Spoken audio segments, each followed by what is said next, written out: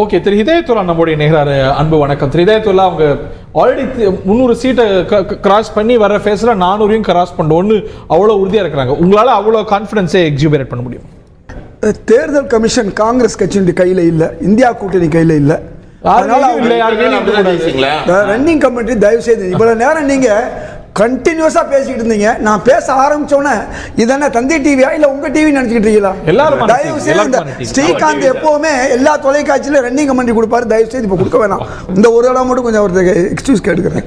நான் என்ன கேட்கிறேன், தேர்தல் கமிஷன் என்பது இன்னைக்கு மக்கள் அனைவருக்கும் தெரிஞ்சு போன ஒரு விஷயம். பிரதமர் மோடி மேல நடவடிக்கை எடுத்திருந்தா 15-20 நடவடிக்கை எடுக்கணும். ஆனால் அவர் மேலே நடவடிக்கை எடுக்காமல் கட்சி மேலே நடவடிக்கை எடுக்குது. எந்த அளவுக்கு மோசமாக சொன்னார்ல சிவாஜி கிருஷ்ணமூர்த்தின்னு, அவரை விட மிக மோசமாக பேசக்கூடிய ஒரு நிலையில தான் இன்னைக்கு. அதை விட கேவலமாக பேச இல்லை, நான் மோசமா இல்லை. கொஞ்ச நேரத்துக்கு முன்னாடி நீங்கள் பேசிக்கிட்டீங்க இல்லையா, சிவாஜி கிருஷ்ணமூர்த்தின்னு ஒருத்தர் பேசாருன்னு. அதை வச்சு சொல்கிறேன், அவரை விட மோசமாக பேசுறாருங்கிறது உங்கள் வாயிலிருந்து வந்ததை நான் புதுசாக சொல்ல போகிறது இல்லை. இப்போ நான் என்ன சொல்ல வர்றேன், இன்றைக்கு 370ங்களா 400ங்களா 500ங்களா தேர்தல் கமிஷனை உங்களுக்கு 3 தடவை அந்த வாக்குகள் வித்தியாசம் வந்துச்சு. இப்போ ஏறத்தாழ 6.7% தமிழ்நாட்டில் முதல் வாக்குப்பதிவு நடந்த ஒரு பகுதிகளில் வந்திருக்கு. அடுத்து 7% 8%ன்னு எல்லா இடத்துலையும் ஆட்டோமீட்டரில் சூடு வைக்கிற மாதிரி இன்னைக்கு கூடுதலாக வச்சிருக்கீங்க. அப்போ நீங்கள் சொல்லலாம் 400 சொல்லலாம், ஏன் 500 நீங்கள் ஜெயிக்க முடியும் உங்களால். ஆனால் உண்மை என்ன, நீங்கள் வச்சிருக்க சூடையும் தாண்டி எங்கள் மக்கள் இன்னைக்கு அதிகமான வாக்குகளை போடும்போது நாங்கள் வெற்றி பெற வாய்ப்பு இருக்கு. வெற்றி தோல்வி 4ஆம் தேதி தெரிய போகுது, எளிதா தெரிய போகுது. யார் வெற்றி, நாங்க தான் வெற்றின்னு சொல்லி அகங்காரமோ மமதையோ எங்கள்கிட்ட இல்லை. ஆனா 10 ஆண்டுகளாக மக்களை நீங்க எந்த அளவுக்கு வச்சிருந்தீங்க. இப்ப சாதிவாரி கணக்கெடுப்பு 10 வருஷமா பண்ணாம இன்னைக்கு நாங்க பிற்படுத்தப்பட்டவர்களுக்கும் தலித்துகளுக்கும் நாங்க ஆதரவா இருக்கோம், காங்கிரஸ் எதிராக இருக்குன்னு போய் சொல்றீங்க. காங்கிரஸ் என்ன சொல்லுது, சாதிவாரி கணக்கு எடுத்து எல்லா மக்களுக்கு, இந்து மக்களுக்கு எல்லாருக்கும் சொல்லுது. அது மட்டுமல்ல, ஜாதிவாரி கணக்கெடுப்பு நீங்க உங்க ஆட்சியில செஞ்சிருக்கலாமே, எவ்வளவு வருஷம் இருந்தீங்க? நாங்க எடுத்தது இந்த ஆட்சி நான் கேட்கறது 300 கோடி நாங்க முறையா இடஒதுக்கீடு கொடுத்துட்டு இருந்தோம், ஓபிசிக்கு கொடுத்தோம், எஸ்சிக்கு கொடுத்தோம். உங்களுக்கு என்ன, பொதுத்துறை நிறுவனங்கள் அது கிடைக்குதுன்னு சொல்லி பொதுத்துறை நிறுவனம் இங்க உருவாக்கல. இருந்த பொதுத்துறை நிறுவனங்களை விற்கிறீங்க. இன்னைக்கு கூட வந்த தகவல் என்ன சொன்னா, துறைமுகங்களை நீங்க விற்க போறீங்க. ஏற்கனவே ரயில்வே வித்துட்டீங்க, விமானம் வித்துட்டீங்க. இப்படி பொதுத்துறை நிறுவனங்கள் இருந்தால் உண்மையான இந்துக்களாகிய ஐசிஐசிஐ பேங்க் வித்தது யாருங்க, HDFC பேங்க் வித்தது யாருங்க, UTI பேங்க் வித்தது யாருங்க, டெல்லி சென்ட்ரல் ஸ்டேஷன் முதல்ல கொடுத்தது யாருங்க, போர்ட் எல்லாம் முத்ரா போர்ட் திரு அதானி கொடுத்த முதல்ல அருமை பிரதமர் யாருங்க, அதுக்கெல்லாம் பதில் சொல்லுங்க. நாங்க கொடுத்தது யாருன்னு சொல்ல இங்க ஸ்ரீராமுக்கு பதில் சொல்ல வரல, ஸ்ரீகாந்துக்கு பதில் சொல்ல வரல. சொல்லுங்க, எனக்கு பதிலே சொல்ல மக்களுக்கு தெரியும். நீங்க போய் சொன்னீங்கன்னா நாங்க இன்டர்ஃபியர் பண்ணி தான் ஆகணும். நீங்க பொய் மட்டும் தான் சொல்லும்போது நாங்க அது உண்மையை சொல்லணும். பொய்யை தவிர பிரதமர் எதுவுமே பேசுறது இல்ல. அதை விட மோசமா நீங்க பேசுறீங்கன்னு மக்களுக்கு தெரியும். பண்டல் ஆஃப் லைஸ் வாங்க. இன்னைக்கு அது பிஜேபியா பொய்ஜேபியான்னு தெரியற அளவுக்கு மோசமா பண்ணிட்டு இருக்கீங்க. இன்றைக்கு ஒரு நாட்டில் ஏழை எளிய மக்களுக்கு ஒரு சலுகை கொடுத்தா ஒட்டுமொத்தமாக இருக்க மக்கள்ல பெண்களுக்கு பாதி பெண்கள் இருக்காங்க, அவங்களுக்கு சலுகை கொடுத்தா அதை நீங்க என்ன சொல்றீங்க, பெண்களுக்கு மெட்ரோவுடைய பாதிப்புன்னு சொல்லி பிரதமர் சொல்றாரு. ஒட்டுமொத்தமாக நீங்க என்ன செய்யறீங்க, எஸ்சிகளுக்கு ஓபிசிகளுக்கு எதிராக இருக்கீங்க. இந்து மக்கள்ல 90 விழுக்காடு மக்களுக்கு எதிராக இருக்கீங்க. எங்க தலைவர் ராகுல் காந்தி தெளிவா சொன்னாரு, பிரதம மந்திரியுடைய அலுவலகத்தில் மட்டுமல்ல மத்திய அரசுல 100க்கு 93 பேர் உண்மையான இந்துக்கள் இல்ல. யார் இருக்கா, உச்ச சாதியினர் இருக்கான்னு எங்க தலைவர் சொல்றாரு. இதையே பாராளுமன்றத்தில் எங்க தலைவர் கார்கே பேசுறாரு. இது உண்மை இல்லையா? இன்னைக்கு இதையெல்லாம் மறைச்சிட்டு காங்கிரஸ் ஓபிசிக்கு எதிராக இருக்க மாதிரி, எஸ்சிக்கு எதிராக மாதிரி பேசினா எப்படி மக்கள் நம்புவாங்க? நீங்க யோசிச்சு பாருங்க. இன்றைக்கு 24 லட்சம் கோடியை நீங்க பணக்காரங்களுக்கு, ஒரு 100 பணக்காரர்களுக்கு நீங்க வரி தள்ளுபடியா பண்றீங்க, 14 லட்சம் கோடி கடன் தள்ளுபடி பண்றீங்க. இந்த 40 லட்சம் கோடி இருந்திருந்தா இன்னைக்கு இந்தியாவில் இருக்கக்கூடிய ஏழை எளிய இந்து மக்களுக்கு உங்களுக்கு எல்லா சலுகையும் கிடைச்சிருக்கும். நாங்க சொன்னதை செஞ்சோம். என்ன செஞ்சோம்? விவசாயிகளுக்கு தள்ளுபடி பண்ணோன்னு 70,000 கோடியை அன்னைக்கு தள்ளுபடி பண்ணோம். நீங்க ஒரு சில லட்சம் கோடியை பண்ணியிருக்கலாம், பண்ணல. நாங்க செஞ்சோம். பணக்காரர்கள் படிக்கக்கூடிய பள்ளிக்கூடங்கள்ல 25 விழுக்காடு ஏழைகளுக்கு கொடுப்போம் சொன்னதை செஞ்சோம். RTI அது மட்டும் செய்யல. நாங்க 100 நாள் வேலை திட்டம் ஒன்று கொண்டு வந்து இன்னைக்கு கிராமப்புற மக்களுடைய அந்த ஏழை மக்களுடைய வாழ்வை உயர்த்தி இருக்கோம். நாங்க சொன்னதை செஞ்சோம். நீங்க 400 ரூபாய் கேஸ 300 ரூபாய் ஆக்கணும்னு சொன்னீங்களே, ஆக்குனீங்களா? இன்னைக்கு 1000 ரூபாய்க்கு வித்துட்டு இருக்கீங்க. 57 ரூபாய் இருந்த டீசல் பெட்ரோலை நாங்க வந்து பாதியா குறைப்போம்னு சொன்னீங்களே, நீங்க இன்னைக்கு 90-100 ரூபாய்க்கு ஆக்கியிருக்கீங்க. யார் அப்ப இதெல்லாம் மக்களுக்கு தெரியாது நினைச்சீங்களா? இந்தியாவுடைய வேலை வாய்ப்பு இன்னைக்கு மத்திய அரசாங்கத்தில் 30 லட்சம் வேலை வாய்ப்பை நீங்க கொடுக்கல. இப்ப நாங்க வந்தா கொடுக்கிறோம் சொல்றோம். நாங்க சொன்னதை செய்வோமா? நீங்க செய்வீங்களா? நீங்க 17 லட்சம் கோடி தேர்தல் போய் ஜும்லான்னீங்க, பரவாயில்ல. அதை விட்டுட்டு வேற 2 கோடி வேலை வாய்ப்பை நீங்க கொடுத்தீங்களா?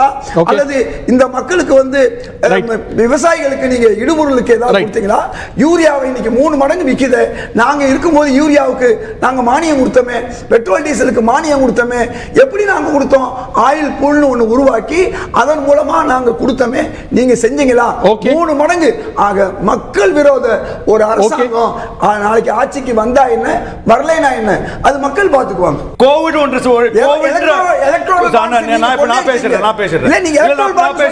நீங்களும் வாங்கியிருக்கீங்க. 1000 கோடி நீங்களும் வாங்கியிருக்கீங்க. அதுக்கு பதில் சொல்லுங்க. முதல்ல நீங்க ஒரு யோகியவான் இல்ல. அது எலக்ட்ரல் பாண்ட்ஸ் நீங்க வாங்குனீங்களா? நீங்க 1 ரூபாய் வாங்கலனா நீங்க எலக்ட்ரல் பாண்ட்ஸ் பத்தி பேசலாம். நீங்க எலக்ட்ரல் பாண்ட்ஸ் சொல்லி இன்னும் சொல்றோம். எலக்ட்ரல் பாண்ட்ஸ் ஊழல் கிடையாது. அது ஒரு நேர்மையான பணம், டிக்ளேர் பண்ணி வர பணம். எந்த கம்பெனி கொடுக்குதோ அந்த கம்பெனி அவங்களுக்கு அவங்க தானாக வந்து கொடுப்பது. அதுதான் விஷயம். அதுல மாற்று கருத்து எதுவுமே இல்லையே. ஆகையால இவர்களுடைய ஏமாத்திருக்கீங்க. எனக்கு காங்கிரஸ் இந்த 10 வருஷத்துல சுப்ரீம் கோர்ட்டே சொல்லுச்சு. அதனால எங்களுக்கு குறுக்க பேச தெரியும். நீங்க சொன்னது பொய்யா, நான் சொன்னது பொய்யா? சுப்ரீம் கோர்ட் நீங்க சொன்னது பொய்களுக்கு நான் பதில் சொல்லிட்டு இருக்கேன். தப்பு. எலக்ட்ரல் பாண்டுங்கிறது தப்பு. நீங்க மிரட்டி வாங்கிருக்கீங்க அப்படின்னு சொன்னது யாரு? Supreme court. எலக்ட்ரல் பாண்ட் நீங்க வாங்கலையா? இல்ல இல்ல, ஒரே ஒரு விஷயம். நாங்க எதுக்கு சொல்ல வரோம்னா, இதெல்லாம் எப்படி வெளியில வருது? இப்படி ஒரு அக்கவுண்டபிலிட்டி சிஸ்டம் இருக்கிறதுனால வருது. அதே வேண்டாம்ட்டீங்கன்னா இப்ப எல்லாரும் காசு வாங்காம இருப்பாங்களா? கேஷ் வாங்கினா எப்படி வரும்? சுப்ரீம் கோர்ட் தெரியாதா? இது அடுத்த கட்டம் எப்படி கொண்டு போறோம்? இதுக்கு என்ன தவறு இல்லங்க, யோசிக்கணும். நீங்க கூட தான் மன்மோகன் சிங் தான் சொல்லிருக்காரு. நீங்க சுப்ரீம் கோர்ட் இரண்டாவது காங்கிரஸ் ஊழல் பிஎம் கேர் ஊழல் அப்படினு சொல்லிருக்கா இல்லையா? சொல்லிருக்கா இல்லையா? எதுங்க? எலக்ட்ரல் பாண்ட் ஊழல்னு சுப்ரீம் கோர்ட் சொல்லிருக்கா இல்லையா? எங்க சொல்லிருக்காங்க? இந்த மாதிரி போய் சொல்ல கூடாது. திருப்பி போய் சொல்லாதீங்க. ஊழல் எங்க சொல்லிருக்காங்க? நீங்க வந்து போய் சொல்லிட்டே இருக்கீங்க. இதை தடை செய்வோம். ஊழல் எங்க சொல்லிருக்காங்க? இதை தடை செஞ்சிச்சா இல்லையா? ஊழல் எங்க சொல்லிருக்காங்க? ஊழல் நான் தடை செய்யுது. சட்டம் தெரிந்தவர் சட்டம் தெரிந்த மூத்த அரசியல்வாதி போய் சொல்லக்கூடாது. விஞ்ஞான ரீதியான சுப்ரீம் கோர்ட் விஞ்ஞான ரீதியான ஊழல். அது திமுக பத்தி சொல்லிருக்கு. உச்சநீதிமன்றம் பத்தி சொன்னது விஞ்ஞான ஊழல். உச்சநீதிமன்றம் தடை சொல்லிருக்கு. அத சொல்லுங்க நீங்க. ஒண்ணுமில்லைங்க. விஞ்ஞான ரீதியான ஒரே ஒரு விஷயம்.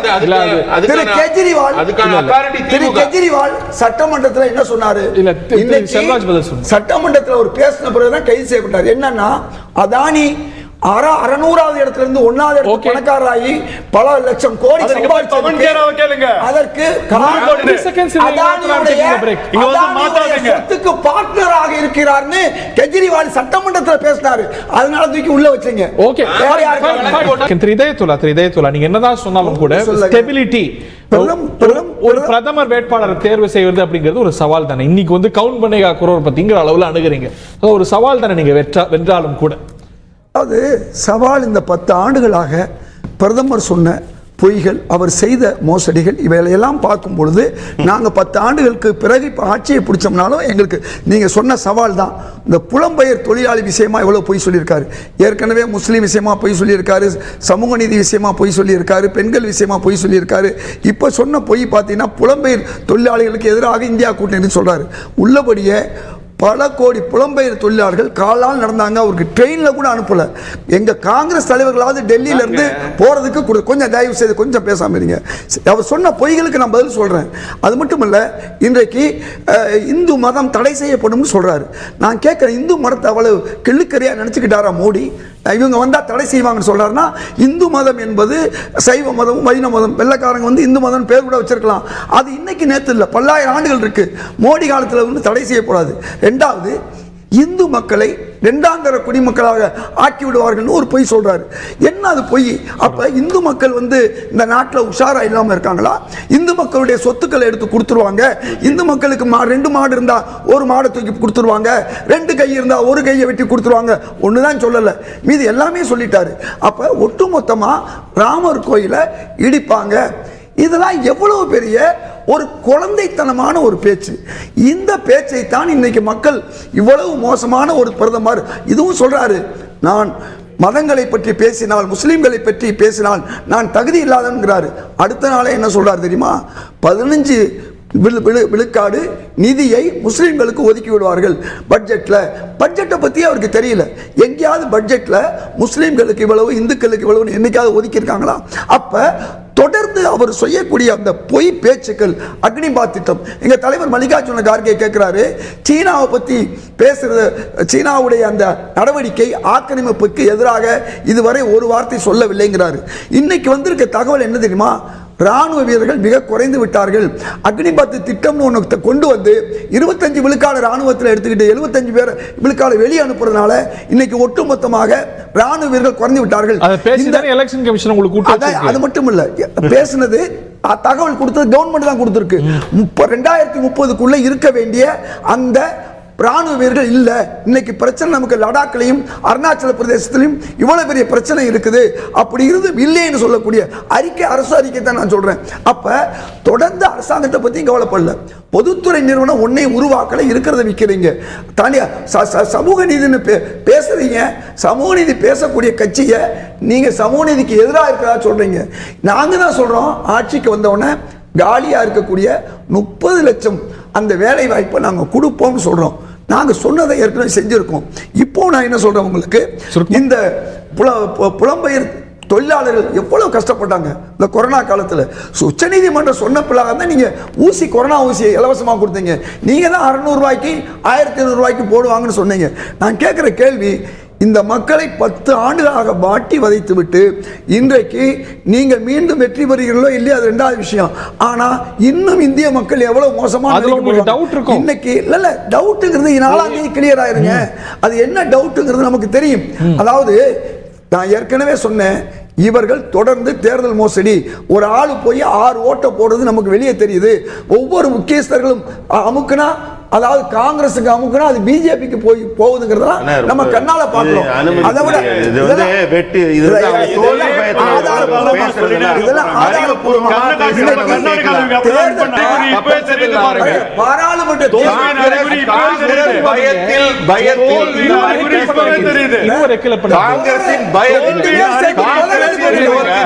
அடுத்தவங்க பேச விடாம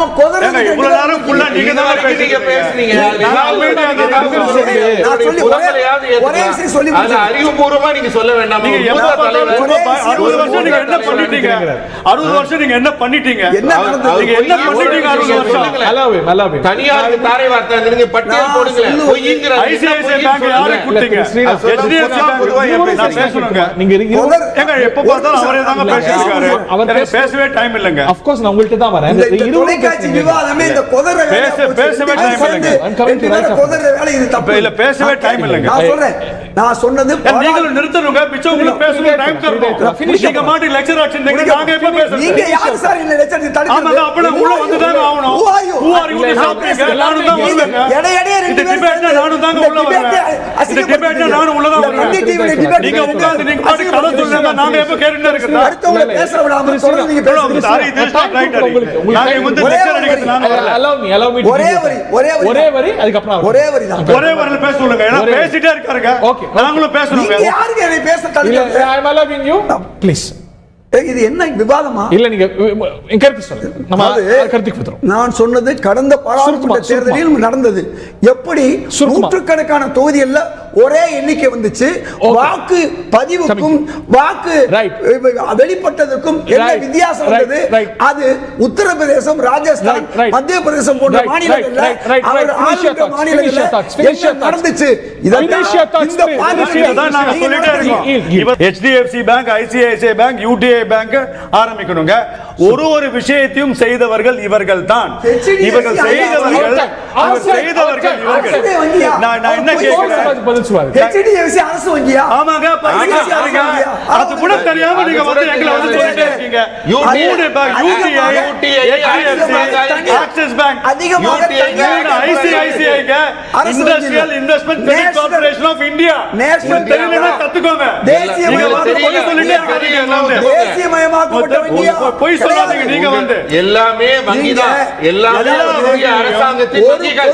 தனியாருக்கு அதை தாரை வார்த்தது காங்கிரஸ் தான். ஒரு பொதுத்துறை நிறுவனத்தை உருவாக்க, அதனால காங்கிரஸ் வந்து இதை பேசுறதுக்காக எந்த விதமான அனுமதியும் கிடையாது. முதல் முத்ரா போர்ட்ல இருந்து எல்லாத்தையும் கொடுத்தது காங்கிரஸ் மட்டும்தான். அதனால காங்கிரஸ்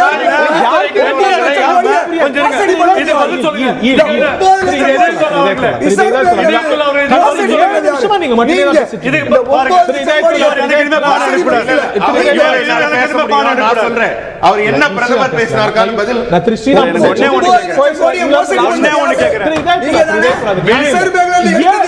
நீங்க தானே துறைமுகம் டெண்டர் கூட இல்லாம அதானிக்கு கேரளால கொடுத்த காரணம் என்ன வாங்குனீங்கன்னு சொல்லுங்க. நீங்க வந்து பாஜக சொல்றீங்களே, நீங்க என்ன பண்ணீங்க? அதுக்கு பதில் சொல்லுங்க. அந்த அதானிக்கு கேரளால ஏன் கொடுத்தீங்க? அதுக்கு பதில் சொல்லுங்க. அதுக்கு பதில் சொல்லுங்க. எப்படி வந்தாரு? அதுக்கு பதில் சொல்லுங்க. முதல்ல 600 இடத்துல இருந்த பணக்காரா இருந்த அதானி இன்னைக்கு முதல்ல அதானிக்கு ராஜீவ் காந்தி தான் கொடுத்தாரு. அது அதானியே சொல்லிருக்காரு. ராஜீவ் காந்தி இல்லை என்றால் நான் இல்லை. அப்ப நீங்க ராஜீவ் காந்தி தான் நீங்க சொல்லணும். ஏன் அதானியை உருவாக்குறீங்க? ராஜீவ் காந்தி கேளுங்க. ஏன் அதானியை உருவாக்குறீங்க மேடம்? Thank you. ஓகே திரு கோய் செல்வராஜ் 20 வினாடிகள் மிக வேண்டாம். திரு Srikanth will have the last one. Okay, thank you. Rest your case. Rest your case. Nothing goes on record. யாருடைய கான்ஃபிடன்ஸ் பலிக்கும் அப்படின்னு தெரிஞ்சுக்கிறதுக்கு நாள் ரொம்ப அதிகமா இல்லை, நெருங்கி கொண்டே இருக்கிறது. வர வீக்கெண்ட் தெரிஞ்சிடும். ஐ மீன் ஆஃப் கோர்ஸ் இன்னும் சில நாட்கள்ல 4ஆம் தேதி நமக்கு தெரிஞ்சிடும் யார் அந்த கோப்பையை பறிக்க போறாங்க. பார்க்கலாம். நிகழ்ச்சியில் பங்கு கொண்ட விருந்தினர்கள், பார்த்தினர்கள் அனைவருக்கும் நன்றி, வணக்கம்.